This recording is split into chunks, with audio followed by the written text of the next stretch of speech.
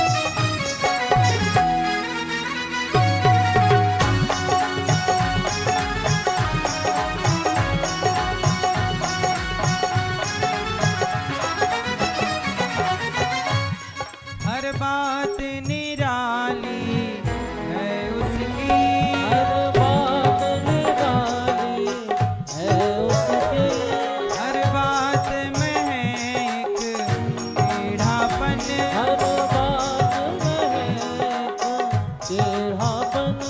टेढ़े पैर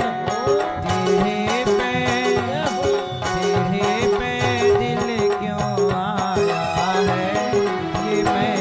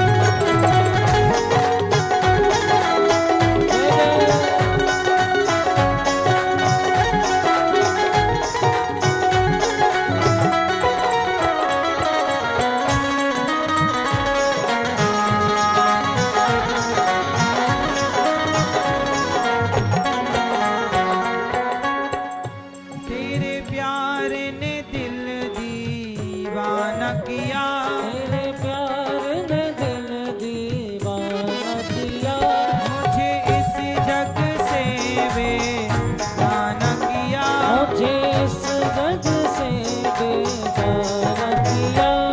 मैंने क्या खोया क्या पाया है, मैंने क्या खोया क्या पाया है,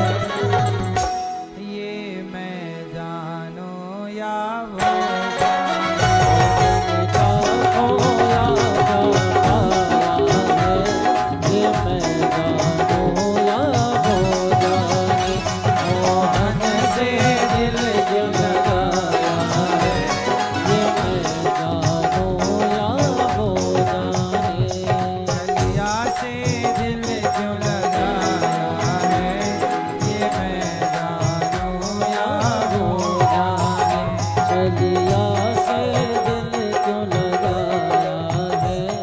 ये मैं जानूं या वो जाने।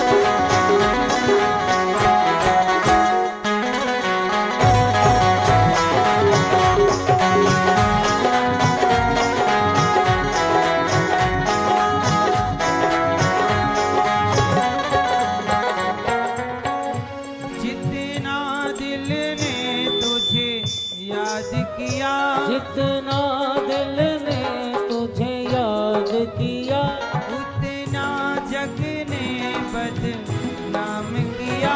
उतना जग ने बदनाम किया। बदनामी का क्या फल पाया, बदनामी का मैंने फल पाया।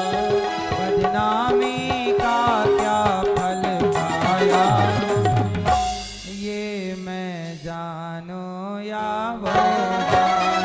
बदनामी का फल मैंने क्या पाया। ये मैं जानूं या वो जाने। मोहन से दिल क्यों लगाया है, ये मैं जानूं या वो जाने। मोहन से दिल क्यों लगाया है। ये मैं जानूं या वो जाने। दिया से दिल क्यों लगाया है। ये मैं जानूं या वो जाने। मोहन से दिल जो लगाया है, ये मैं जानूं या वो जाने।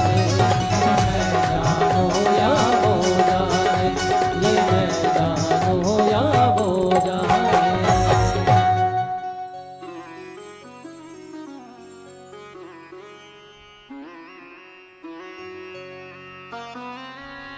मोहन से दिल क्यों लगाया है,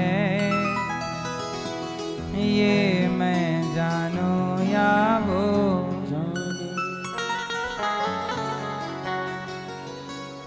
भगवान का भक्त और भगवान, इन दोनों को केवल ये दोनों ही जानते हैं। इन दोनों को तीसरा नहीं जानता। भगवान को कोई तीसरा क्या जानेगा।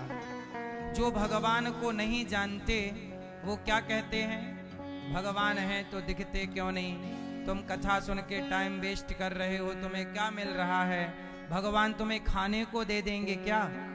ऐसी बातें कौन करता है, वही जो जानता ही नहीं। मैया बोलो राधे राधे। बेटा शांति से बैठ जाओ और चुप रहो। मैया सुन लो मेरी माँ, शांति से बैठ। मैया ए भैया खड़े होके मोबाइल चला रहे हो, बैठ जाओ। ए गुलाबी मैया, ओ गुलाबी मैया, ना करो पंचायत मेरी माँ। ए भैया ए बैठ जाओ, बैठ जाओ सब शांति से। मैया बोलो राधे राधे। भैया जी राधे राधे।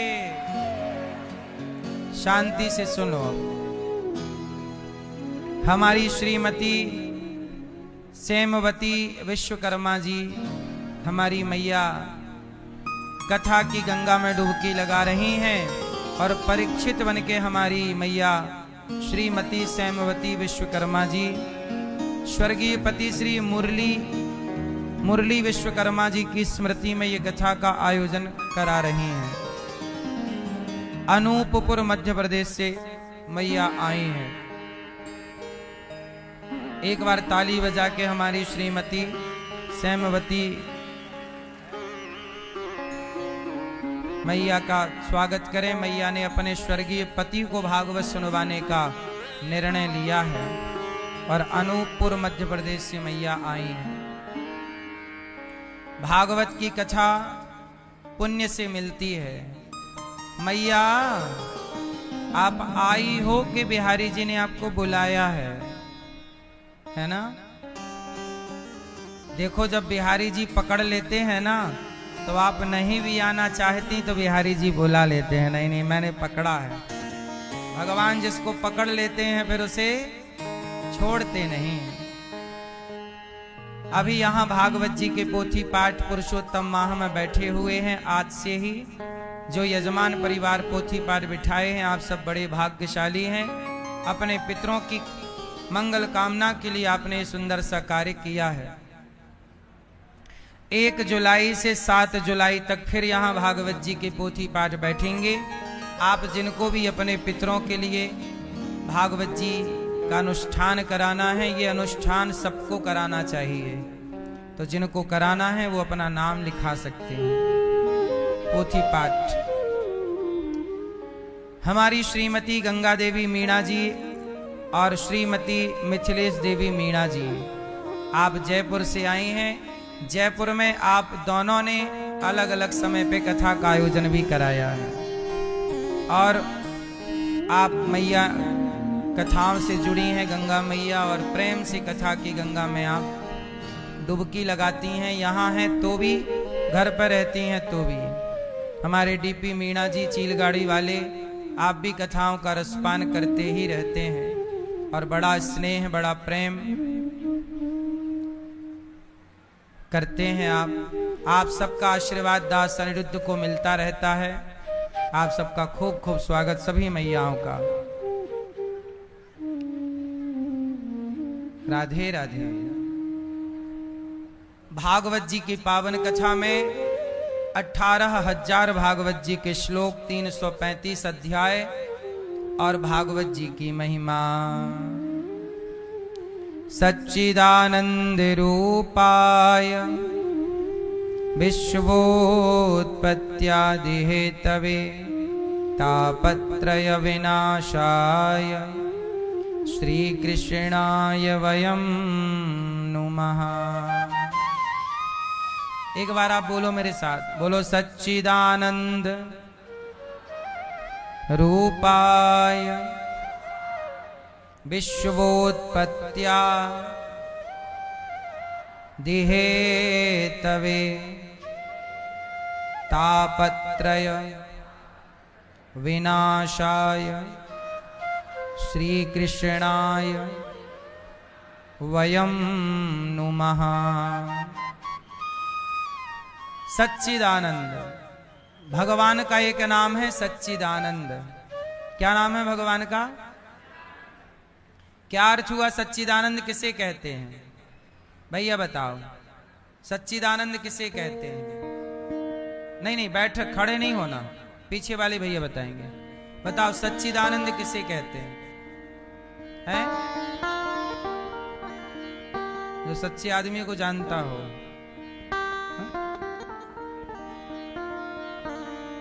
सच्चिदानंद किसे कहते हैं? तो सच्चिदानंद की पहले अर्थ को समझने के लिए सत चित आनंद, सत बोलो, सत चित आनंद बराबर सच्चिदानंद।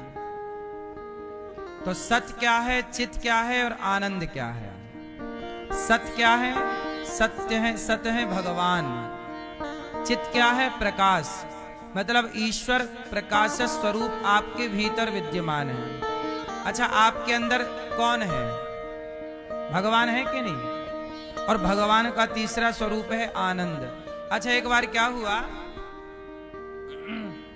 आंखों की बोलो आंख, बोलो आंख, कान, आंख कान, और वाणी मुख, 3 हो गए। एक बार तीनों की लड़ाई हो गई और चौथा मन। क्या? मन। 4 लोगों की लड़ाई हो गई। आंख बोली कि शरीर में मेरी जरूरत ज्यादा है, मेरे बिना आदमी का कोई अर्थ नहीं। कान बोला नहीं, मेरे बिना आदमी अधूरा है, मेरे बिना कोई जीवन नहीं है। वाणी बोली मेरे बिना सब अधूरा, मैं नहीं तो कुछ नहीं। मन बोला मैं नहीं तो कुछ भी नहीं, फिर आंख और कान और। अच्छा आप लोग बताओ, शरीर में यदि आंख ना हो तो शरीर चलता है कि नहीं चलता? चलता है। तो एक बार क्या हुआ, आंख रूठ गई, बोली मैं जाती हूं। तो 1 साल के लिए आंखें चली गईं। लेकिन आंख के जाने से भी मनुष्य को कोई ज्यादा दिक्कत नहीं हुई। भाई अंधा आदमी भी अपना गुजारा कर रहा है। फिर आंख लौट के आ गई, बोले मेरे बिना, मतलब जीवन में आंख का बहुत बड़ा योगदान, महत्व नहीं है पर मतलब यहां लड़ाई इस बात की थी कि मेरे बिना जीवन नहीं होगा। तो भाई तेरे बिना भी जीवन है। तो कान चले गए 1 साल के लिए, मतलब आप सुनना समाप्त हो गया। लेकिन बिना सुने भी आदमी का गुजारा, बहरे लोग हैं।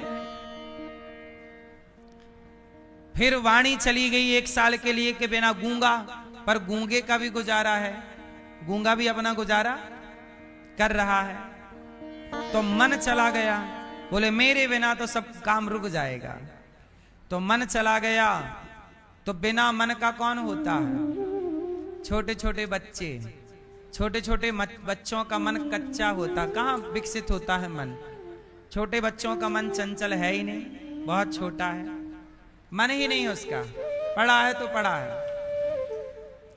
तो बिना मन का भी आदमी गुजारा कर लेता है, जीवन तो चल ही रहा है। भाई जैसे पागल आदमी है, उसका कोई मन नहीं है, खिला दो तो खाएगा, सुला दो तो सो जाएगा, नहीं तो कुछ नहीं, बैठा रहेगा। बिना मन का है वो, उनका कोई मन नहीं है, उसका भी गुजारा है। तो अब सबका घमंड धीरे धीरे उतर गया। तभी शरीर से प्राण बोले, क्या तुम सब जाके देख चुके हो? अब मैं निकल कर देखता हूं कि मेरे बिना जीवन संभव है कि नहीं। तो प्राण जाने लगे। कौन जाने लगा? और जैसे ही प्राण जाने लगे तो आंख बोली नहीं नहीं नहीं, आप ना जाओ, आप चले गए तो हमारा खेल खत्म हो जाएगा। कान बोले हमारा भी खेल खत्म हो जाएगा। वाणी बोली कि हमारा भी खेल खत्म हो जाएगा। और मन बोला कि हमारा भी खेल खत्म हो जाएगा। तो बताओ, आपके शरीर में, आपके जीवन में सबसे महत्वपूर्ण क्या है? क्या है? जोर से। आपके प्राण, आपकी आत्मा, आपकी आत्मा। इसलिए आत्मा के रूप में आप सबके भीतर वह परमात्मा ही समाया है। उस आत्मा रूपी परमात्मा को ही चित कहते हैं। सत चित, सत मतलब ईश्वर, चित मतलब वही आत्मा, और आनंद जो वह आत्मा भीतर बैठकर आपको आनंदित करती है, यही है सच्चिदानंद। तो आपके भीतर किस रूप में परमात्मा बैठे हैं? अच्छा ये बताओ, आपके अंदर भगवान है कि नहीं? यदि वह भगवान निकल जाएं तो आप ना रह जाओगे? रह जाओगे? आपका नाम क्या है? प्रेम। आपका सौरभ। क्या आत्मा के बिना प्रेम रह जाएगा? सौरभ रह जाएगा? तो आप बताओ कि आप में मुख्य, आप सौरभ हो कि आत्मा हो? ये तो नाम दे दिया किसी ने सौरभ, किसी ने प्रेम, आपका नाम कुछ और दिया, आपका नाम घनश्याम दिया जाता तो आप कहते मैं घनश्याम हूं, आपको गोपाल नाम दिया जाता आप कहते गोपाल हूं। तो नाम तो वही बताओगे जो दिया गया, लेकिन नाम जब आपको नहीं दिया गया तब भी आप आत्मा के रूप में थे। इसका मतलब है कि हम भगवान की खोज बाहर बाहर करते रहते हैं। कभी लोगों के दिलों में बैठे परमात्मा को भी तो झांक कर देखा करो, कभी अपने भीतर बैठे भगवान को भी तो झांका करो। मोकू कहां तो ढूंढे बंदे, मैं तो तेरे पास में। आज के आदमी में क्या हो गया है कि बाहर की खोज चालू है, भीतर की खोज समाप्त हो गई, इसलिए वह कुछ हासिल नहीं कर पाता। बहुत दौड़ कर, बहुत भाग कर भी खाली का खाली है, ज्ञान नहीं है, अज्ञान में जीवन जी रहा है। क्यों? क्योंकि खोज कहां की है। हमारे सनातन में कहते हैं एक होता है अंतर्मुखी, एक होता है अंतर्मुखी और एक होता है बहिर्मुखी।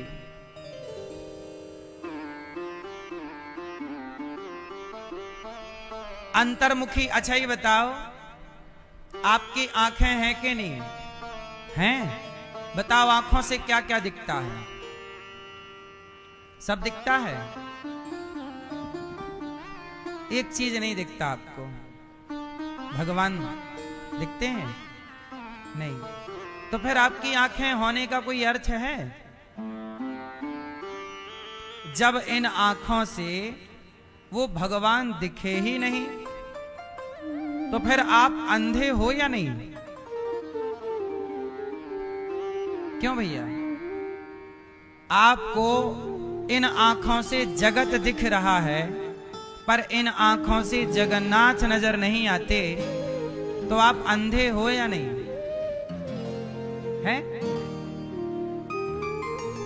है ना? सूरदास जी गए मंदिर, सूरदास जी गए मंदिर,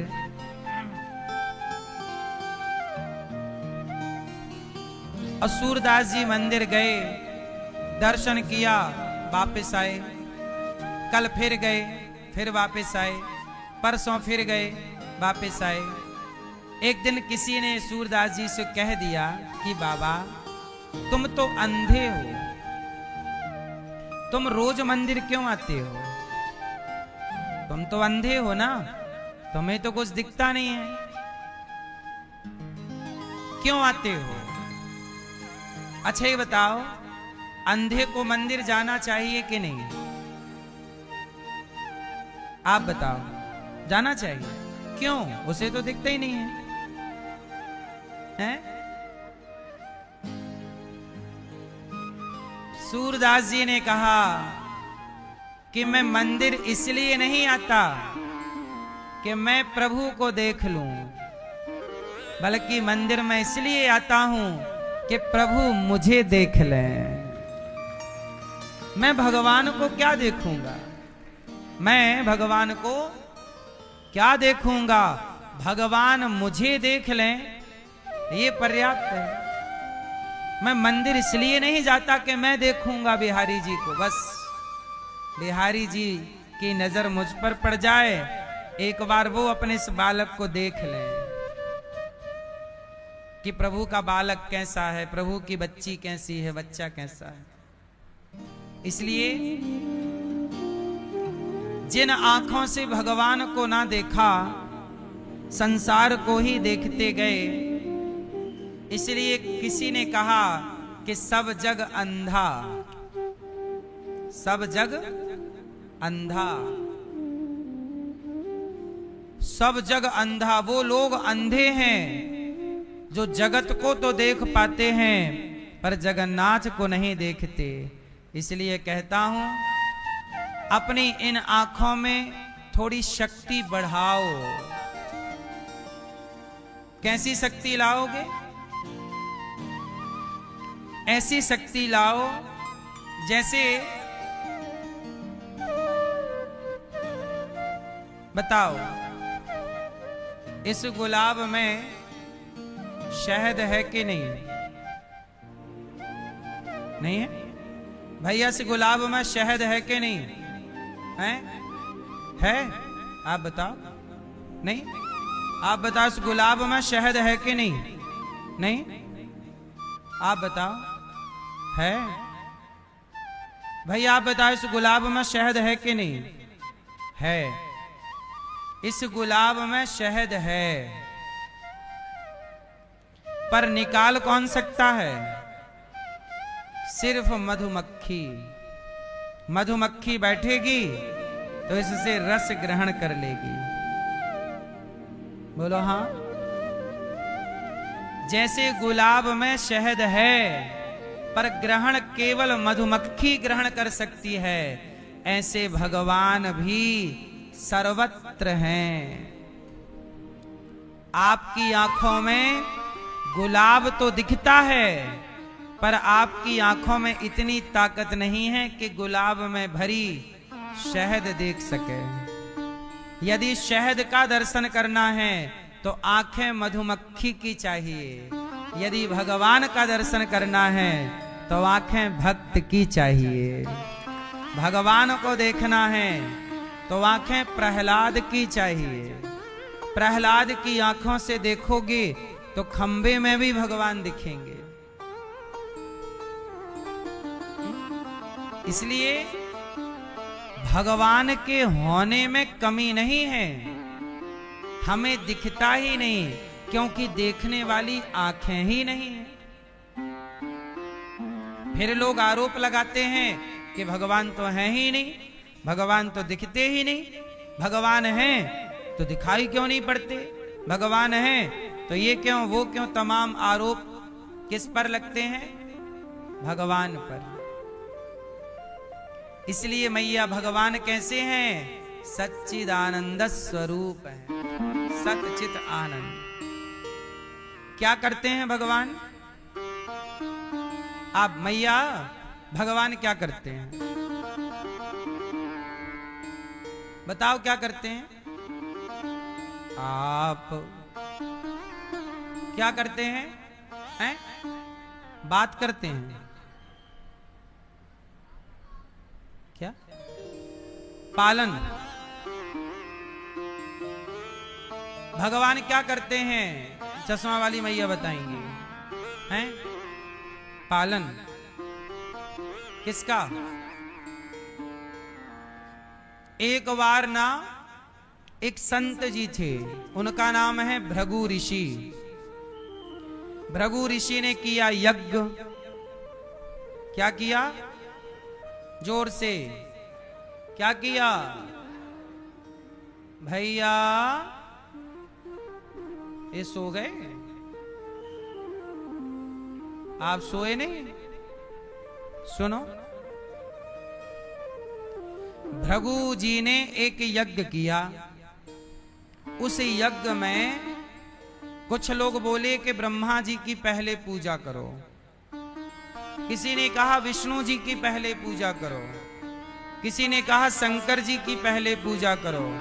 अब तीन का नाम लिया गया, ब्रह्मा विष्णु महेश। अब ब्रह्मा जी के भक्त बोले पहली पूजा यज्ञ में ब्रह्मा की, तो विष्णु जी के भक्त बोले विष्णु जी की, शिव जी के भक्त बोले शंकर जी की। अब तीनों में लड़ाई हो गई कि पहले पूजा यज्ञ में किसकी करें। तो भृगु जी यज्ञ करा रहे थे, उन्होंने कहा कि मैं तीनों की परीक्षा लेकर देखता हूं, जो मेरी परीक्षा में पास होगा उसी की पहले पूजा होगी।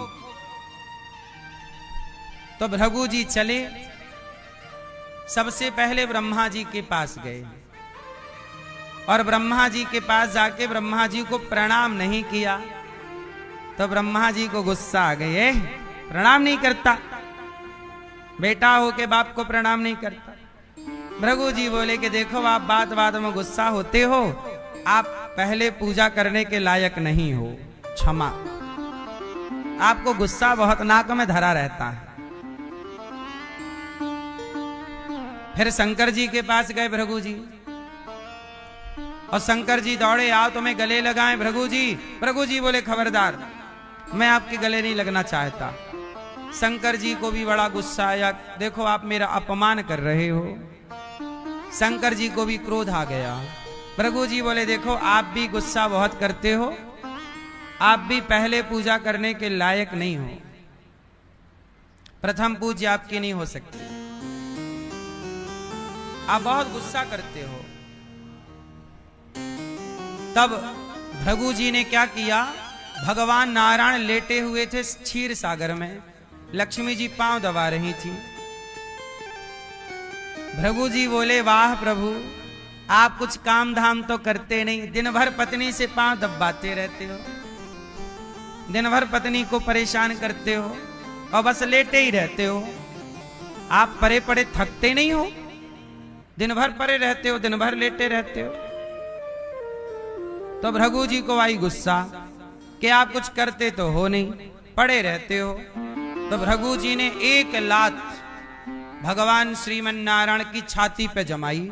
यहां भृगु जी ने भगवान को लात मार दिया, और जब लात जमाई तो भगवान नारायण ने चरण पकड़े और भृगु जी से कहा कि आपके चरण बड़े कोमल हैं, मेरी छाती राक्षसों से लड़ लड़ के बड़ी कठोर हो गई है, कहीं आपके पांव में मेरी छाती से चोट तो नहीं लग गई। भृगु जी पानी पानी हो गए, प्रभु मैंने आपको लात मारी और आपने मेरा हालचाल पूछा, आपको तनिक गुस्सा नहीं आया। आज मैं आपसे कहता हूं कि आप ही सबसे पहले पूजने के योग्य हैं। इसलिए इस धरती पे प्रथम पूज्य कौन है? कौन? भगवान नारायण।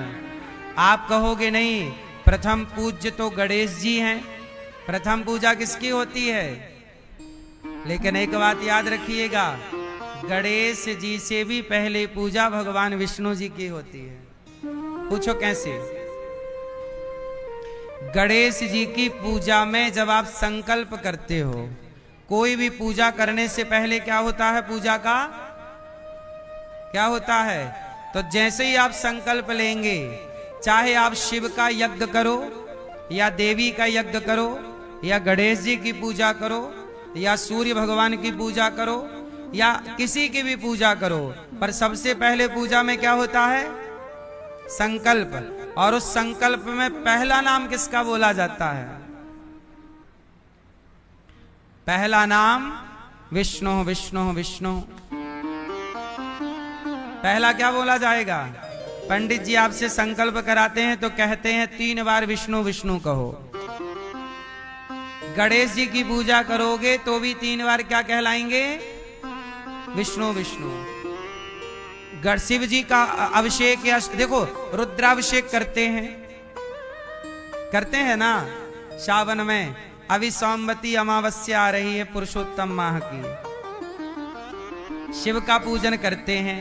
तो शिव का पूजन करने में भी संकल्प होता है, तो संकल्प में 3 बार शिव शिव नहीं कहा जाता, 3 बार क्या बोला जाता है?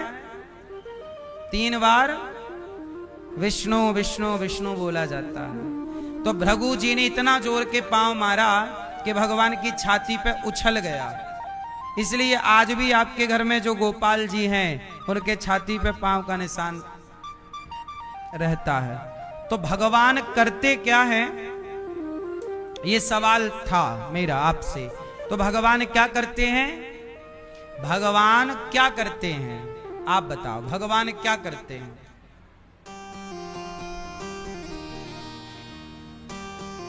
आप बताओ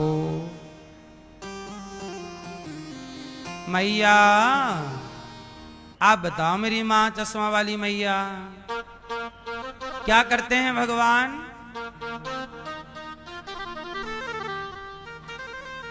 भगवान सृष्टि को उत्पन्न करते हैं ब्रह्मा बनकर, सृष्टि का पालन करते हैं विष्णु बनकर, और सृष्टि का संहार करते हैं शिव बनकर ये सृष्टि को उत्पन्न करना, पालन करना।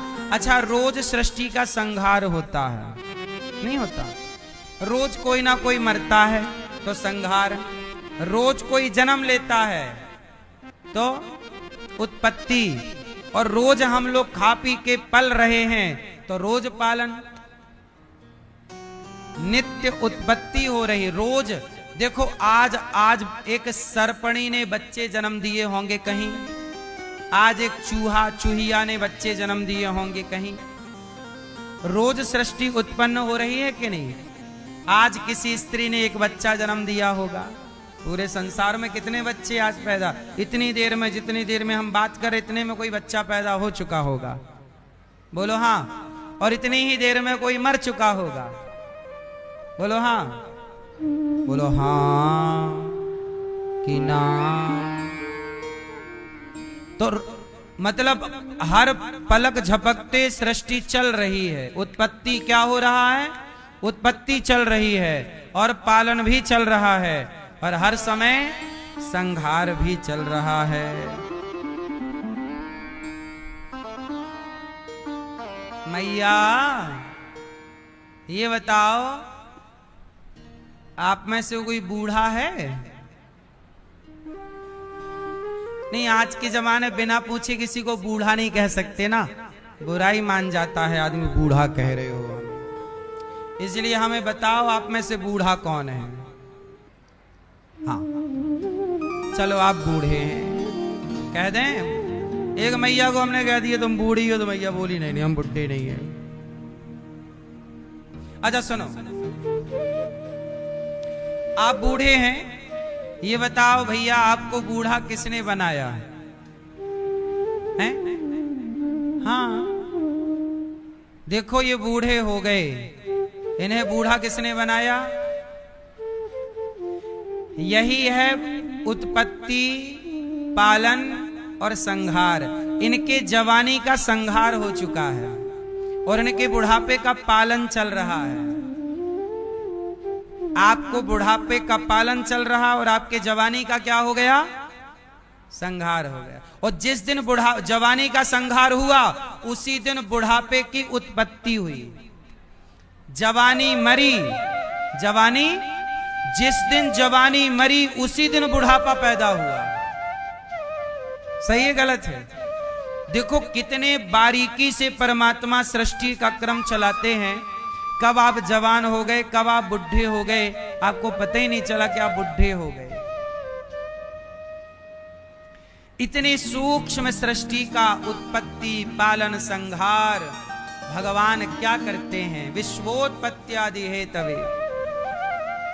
ऐसे भगवान जो सब कुछ उत्पत्ति, पालन, संहार का क्रम देखते हैं। क्या बढ़िया व्यवस्था है परमात्मा की। आम के पेड़ पर आम ही है। एक आदमी भगवान से शिकायत करने लगा कि हे भगवान आपका काम बिल्कुल गलत है। भगवान ने कहा क्या गलत? अरे आम का पेड़ इतना बड़ा है और फल लटका दिया इतना सा। वो कद्दू का पेड़ इतना दुबला पतला कद्दू, वो फल इतना बड़ा कद्दू, 5 किलो का कद्दू, 10 किलो का कद्दू। कद्दू इतना बड़ा होता है और कद्दू का पेड़ कैसा होता है? बिल्कुल ऐसे। उसके पेड़ में जान ही नहीं होती। एक आदमी, एक छोटा बच्चा उखाड़ सकता है उस पेड़ को। कद्दू के पेड़ में जान ज्यादा नहीं, एक छोटा बच्चा उखाड़ सकता है। और इतना बड़ा कद्दू का पेड़ भी अच्छा बड़ा होना चाहिए।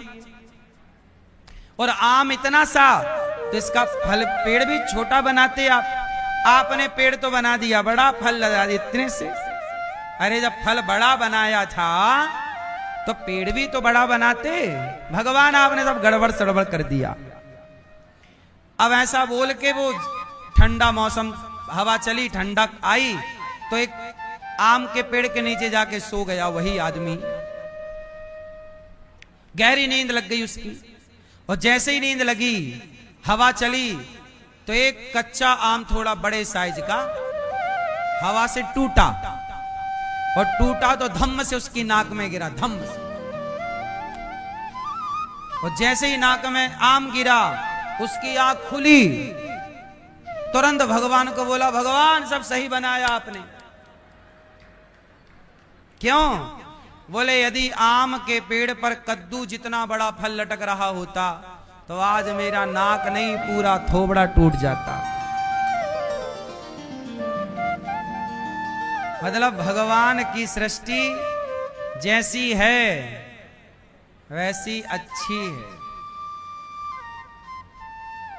भगवान जो करते हैं अच्छा ही करते हैं। हम लोग जानते नहीं, समझते नहीं, उपयोग आता नहीं तो हम उसे गलत मान लेते हैं। ईश्वर की बनाई कोई भी चीज गलत नहीं है।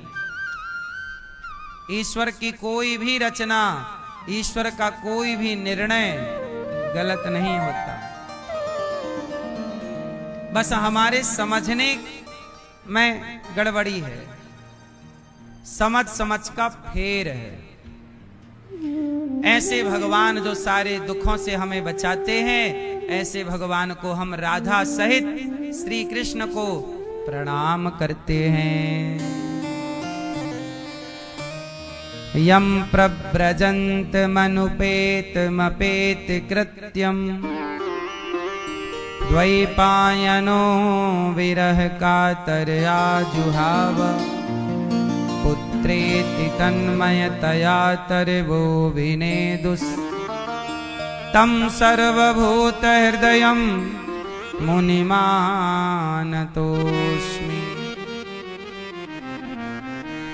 श्री सुखदेव जी महाराज यम प्रव्रजंत, सुखदेव जी प्रकट हुए और जन्म लेते ही सुखदेव जी चल पड़े। ऐसे सुखदेव जी को बारंबार नमस्कार करते हैं। 88,000 संत बैठे हैं और सूत जी आए। शौनक आदि ऋषियों ने कहा, एक संत जी ने कहा कि सुनो हमें कथा सुनाइए। सूत जी कृष्ण प्राप्ति करम, ऐसी कथा सुनाइए कि हमें कृष्ण की प्राप्ति हो जाए। अच्छा भगवान की प्राप्ति हो जाए, आप किसकी प्राप्ति करना चाहते हो भैया? मैया, ओ गुलाबी मैया, जा रही हो मेरी मां? जाओ टाटा। ये बताओ आप किसकी प्राप्ति करना चाहते हैं? देखो ऐसा है, आप क्या प्राप्त करना चाहते हो?